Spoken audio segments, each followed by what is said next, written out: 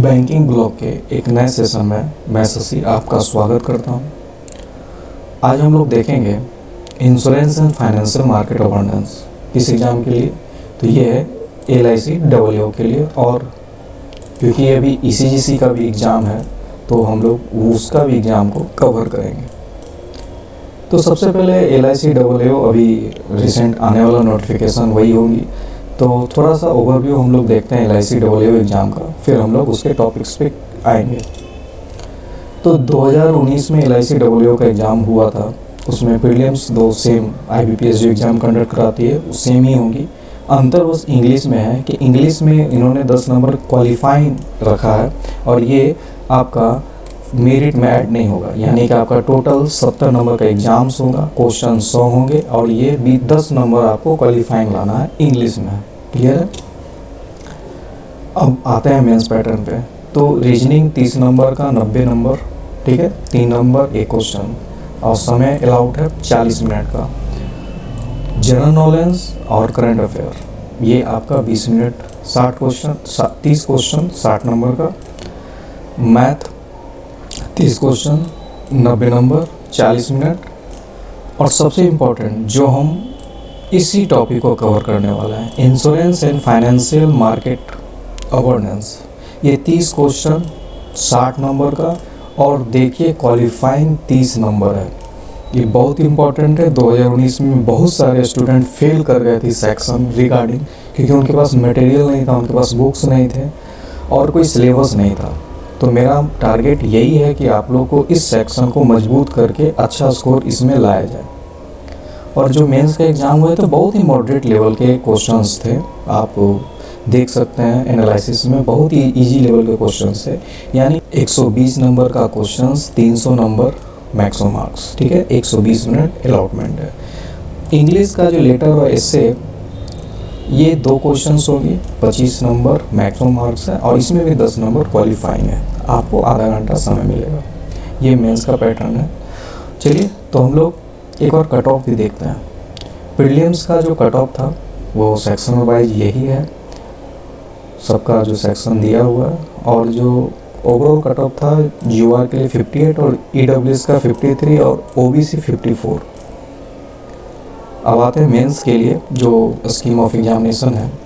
इसमें देखिए जो कट ऑफ था 45 नंबर 90 में, और ये 30 नंबर GA का, और ये मैथ का जो 45 नंबर कट ऑफ था, और ये जो इंश्योरेंस का ये 30 नंबर कट ऑफ। ये बहुत इंपॉर्टेंस था, इसमें बहुत सारे लोग फेल किए थे।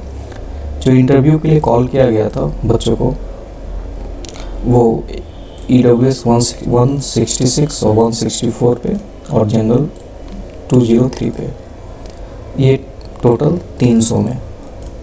इंटरव्यू होता है 60 नंबर का, यानी 360 में जो फाइनल सिलेक्शन था इंटरव्यू प्लस फेज 2, वो EWS 248 और OBC 246, जो कि बहुत इजी एग्ज़ाम था। GA सेक्शन ये खुद ही 120 नंबर देता है, तो अगर हम लोग करंट अफेयर और इंश्योरेंस फाइनेंशियल मार्केट कर लेते हैं तो ये बहुत इजी हो जाता है एग्ज़ाम। तो चलिए सबसे पहले हम लोग आज बात करेंगे, जो ये वीडियो का मेन टॉपिक है, कि सबसे पहले सिलेबस है इंश्योरेंस फाइनेंशियल अवेयरनेस का। जो सिलेबस है बहुत लोगों को नहीं पता है, तो ये सिलेबस हम लोग देखेंगे, फिर आज का हम लोग क्लास स्टार्ट करेंगे। आज डे 1 है, और एक टेलीग्राम ग्रुप है बैंकिंग ब्लॉग 1। इस टेलीग्राम ग्रुप पे आपको डेली CA, करंट अफेयर और इंश्योरेंस स्टैटिक बैंकिंग क्यूज के लिए आप इसको ज्वाइन कर सकते हैं। और जो भी इस वीडियो में थ्योरी पढ़ाया जाएगा उसका MCQ रात में इसी चैनल पे 10 PM डेली आपका MCQ होगा, इसी इंश्योरेंस MCQ बेस्ड होगा, और बाकी इंश्योरेंस स्टैटिक बैंकिंग अवेयरनेस सारे चलेंगे रात में 10 बजे से। आप लोग प्लीज़ इसको ज्वाइन कर लीजिए, और चैनल पे नए हैं तो इस चैनल को सब्सक्राइब कर लीजिए, और कमेंट जरूर कीजिए, आपका सजेशन बहुत इंपॉर्टेंट होता है मेरे लिए। तो चलिए शुरू करते हैं। जो इंश्योरेंस का सिलेबस है इसको मैंने 3 भाग में बांटा है, फंडामेंटल, एडवांस एंड करेंट। तो फंडामेंटल में हम लोग पढ़ेंगे इंट्रोडक्शन टू इंश्योरेंस, ADI के बारे में, लाइफ इंश्योरेंस के बारे में, और जनरल इंश्योरेंस जो पब्लिक सेक्टर के उसके बारे में, पब्लिक सेक्टर के जो CMD हेडक्वार्टर है उसके बारे में, इंश्योरेंस का जो प्रिंसिपल्स है उसके बारे में, type of insurance product plans हैं उसके बारे में, इंश्योरेंस फ्रॉड्स के बारे में, इंश्योरेंस अवेयरनेस के बारे में, और some financial term related insurance, जिसको टर्मोलॉजी भी हम लोग बोलते हैं, उसके बारे में देखेंगे। इंपॉर्टेंट रेगुलेशन देखेंगे इंश्योरेंस के बारे में, इंश्योरेंस रिलेटेड गवर्नमेंट स्कीम देखेंगे। और पार्ट 2 है जो एडवांस है। एडवांस में हम लोग देखेंगे जो कि बहुत सारे क्वेश्चन इससे निकले थे उस साल के 2019 के एग्जाम में। Risk management, the concept of insurance and it's evolution, the business of insurance, the insurance market, insurance customs, insurance contract, insurance terminology, life insurance product, general insurance product, grocery of life insurance और non life insurance. और जो part 3 है current insurance awareness, इसमें हम लोग current insurance news discuss करेंगे, जो merger है, एमओयू है, प्रोडक्ट है, सीएमडी है, जो भी चेंजिंग हुआ है उसके बारे में हम लोग देखेंगे। तो सबसे पहले हम लोग शुरू करते हैं इंट्रोडक्शन ऑफ इंश्योरेंस। चैनल पर नए तो चैनल को सब्सक्राइब कर लीजिएगा और बेल आइकन को, घंटी को प्रेस कर लीजिए, जिससे कि आपको नोटिफिकेशन मिलते रहेंगे हर दिन की क्लास का। मेरा कोशिश होगा कि हर दिन एक नया सेशन लाएं, सेशन को शॉर्ट रखा जाए और हर दिन एक लाए, जिससे कि आप एक रूटीन बना लें कि इसको डेली करना है। फिर आप इसका एमसीक्यू क्यूज दे दीजिए आप लोग। तो व्हाट इज इंश्योरेंस?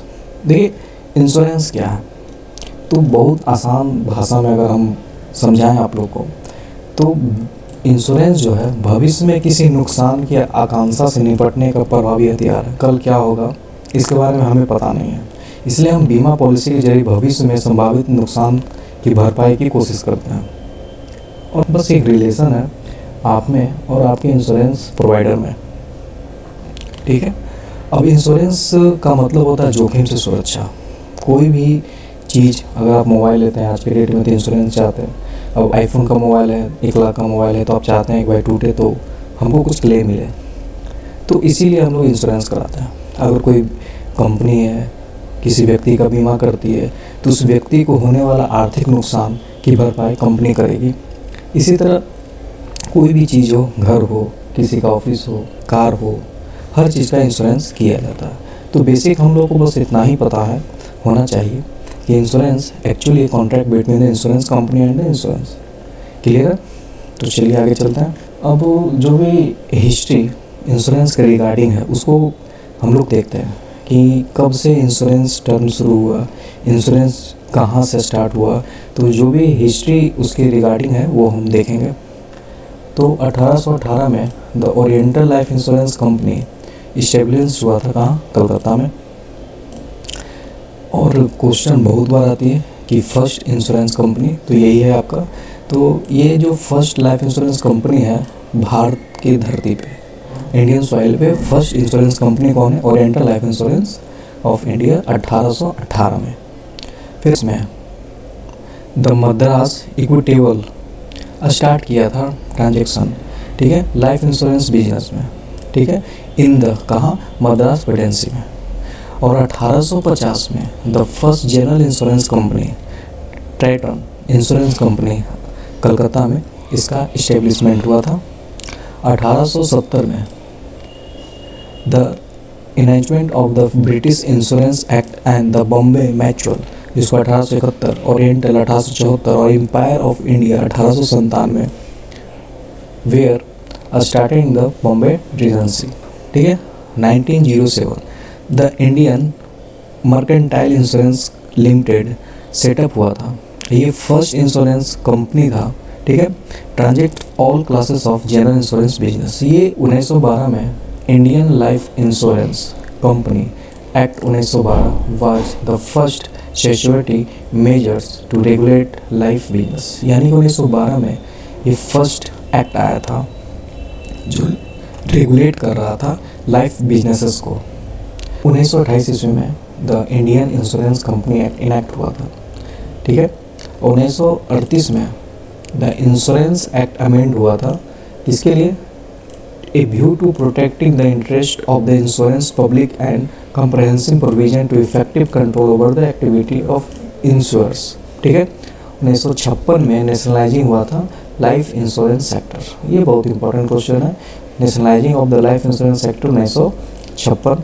1957 में जनरल इंश्योरेंस काउंसिल फेम किया था a code of conduct ensuring fair conduct and sound business practices के लिए, 1968 में the insurance act amend to regulate investment and the set business solvency margin the traffic advisory committee was set up. अब हम लोग देखेंगे insurance reforms को, insurance sector को reforms करने के लिए क्या क्या स्टेप गवर्नमेंट द्वारा उठाए गए थे। इन 1993 गवर्नमेंट एक कमेटी बनाया, ठीक है, किसके अध्यक्षता में? RN मल्होत्रा के अध्यक्षता में। ये फॉर्मल गवर्नर थे RBI के। To propose recommendation for reforms in the insurance sector के लिए 1994 में कमेटी रिपोर्ट सबमिट किया और उन्होंने क्या क्या सजेशन दिए, आइए देखते हैं। तो उन्होंने बोला कि प्राइवेट सेक्टर को परमिट करना चाहिए इंश्योरेंस इंडस्ट्री में, यानी कि कोई भी प्राइवेट कंपनी इंश्योरेंस सेक्टर में आए और अपना बिजनेस करे। सेकेंडली, जो बहुत इम्पोर्टेंट था, फॉरेन कंपनी को अलाउ करना चाहिए फ्लोटिंग इंडियन कंपनीज और जॉइंट वेंचर के लिए। किसके साथ? इंडियन पार्टनर के साथ। फॉरेन कंपनी को अलाउ करना चाहिए inter by floating Indian company और joint venture with Indian partner, यानी कि कोई भी विदेशी कंपनी भारत में आए और इंश्योरेंस सेक्टर में अपना इन्वेस्टमेंट करें और जॉइंट वेंचर करें, यानी पार्टनरशिप करें इंडियन पार्टनर्स के साथ, ठीक है, इंडियन कंपनी के साथ, यानी कि वो FDI करे। तो इस जो रिकमेंडेशन दिया गया 1999 में, एक insurance regulatory and development authority, जिसको IRDAI बोलते हैं, को बनाया गया। एक ऑटोनोमस बॉडी, ये रेगुलेट करेगा एंड डेवलप करेगा इंश्योरेंस इंडस्ट्री को। आज की क्लास में हम लोगों ने जो देखा, एक बेसिक क्लास था, एक सिलेबस का ओवरव्यू था। कल से हम लोग शुरू करेंगे IRDAI का फंक्शन, व्हाट इज IRDAI, और इसके आगे के सिलेबस पे। उम्मीद करते हैं आपको आज का क्लास अच्छा लगा होगा। चैनल पे नए हैं तो चैनल को ज़रूर सब्सक्राइब करें। Thank you.